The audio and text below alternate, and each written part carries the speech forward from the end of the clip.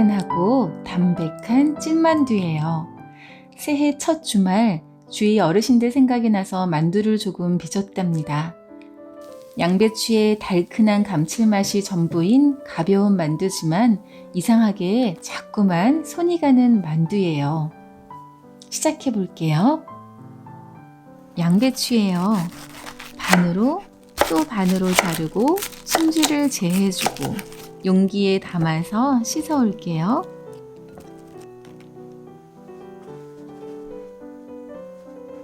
저는 오늘 양배추 한 통을 다 사용할 거예요.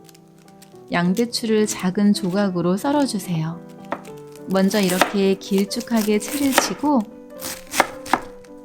다시 작은 조각으로 잘라주세요. 양배추 한 통을 다 잘랐더니 이렇게 수북하게 담기네요. 자른 양배추에 기름이나 채수 살짝 두르고 소금 반 스푼쯤 넣고는 잘 섞어주세요. 중불에서 볶아주세요. 양배추 양이 꽤 많고 기름 양이 많지 않기 때문에 센 불에서 볶다 보면 타버릴 수 있거든요. 세지 않은 불에서 천천히 볶아주세요.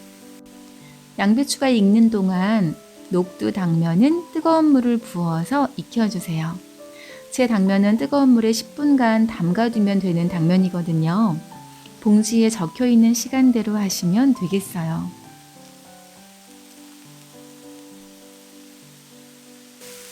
양배추가 투명해지도록 잘 볶아주면서 두부 시트를 잘게 잘라주세요. 저는 냉장고에 사용하고 남아있던 두부 시트가 있어서 사용했는데요. 면두부 있으시면 면두부도 좋아요. 두부 시트를 면두부처럼 길게 자르고 다시 잘게 조각으로 잘라주세요. 양배추를 볶으면서 필요하면 채소나 기름, 소금을 조금씩 넣어서 간을 하면서 맛있게 볶아주세요. 양배추가 다 볶아졌으면 불을 끄고 후추를 뿌려서 잘 섞어주세요. 그릇에 잠깐 담아둘게요.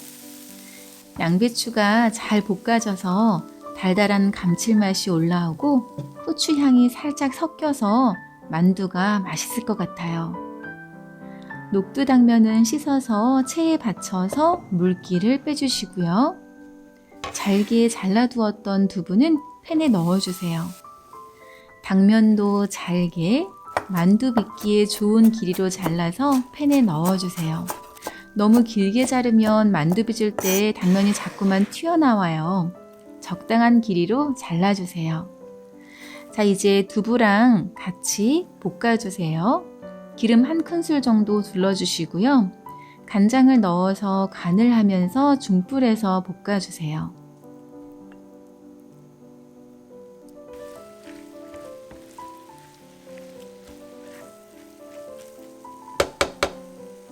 여기에 다진 마늘 넣어주고요.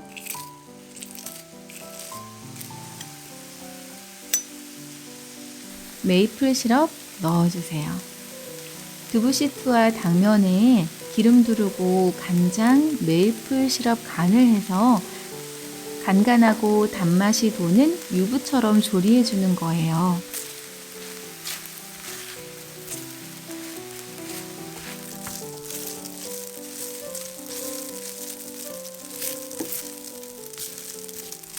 간이 충분히 배었으면 참기름, 후추 살짝 뿌려서 섞어주고 볶은 양배추와 함께 담아주세요.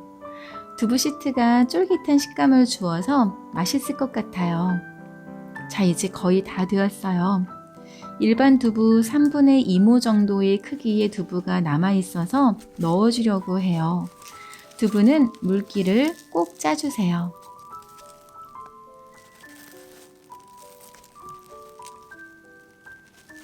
부추는 잘게 썰어주시고요. 부추 없으시면 파도 좋아요. 두부 잘 섞어주시고요. 썰어둔 부추 담고 후추 살짝, 참기름 살짝 더해서 섞어주세요. 섞어주시면서 부족한 간은 소금으로 더해주시면 되겠어요. 만두 속이 너무 간단하죠? 만두소를 다 만들었으니까 이제 다 된 거나 다름없어요. 남편 지원군을 요청해서 만두를 빚었어요. 계획에 없던 만두 선물이라 만두피까지 만들 시간은 없었지만 어르신들께서 얼마나 우리를 아껴주셨는지 도란도란 이야기 나누면서 감사한 마음 가득 담아서 재미있게 빚었답니다. 김 오른 찜통에 올려서 10분간 쪄주었어요. 왕만두피로 빚어서 110개 정도가 나오더라고요.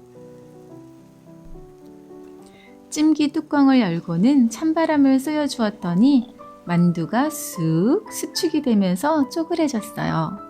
자, 이제 다 되었어요.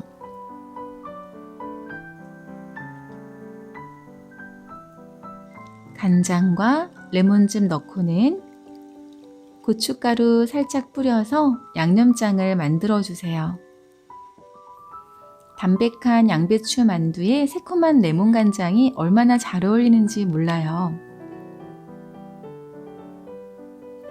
만두를 반으로 잘라서 레몬 간장 조금 얹어서 한 입에 쏙 먹어도 맛있고요. 간장에 그냥 살짝 찍어서 먹어도 맛있어요. 오늘 양배추 만두는 속재료가 복잡하지 않아서 휘리릭 만들 수 있고요.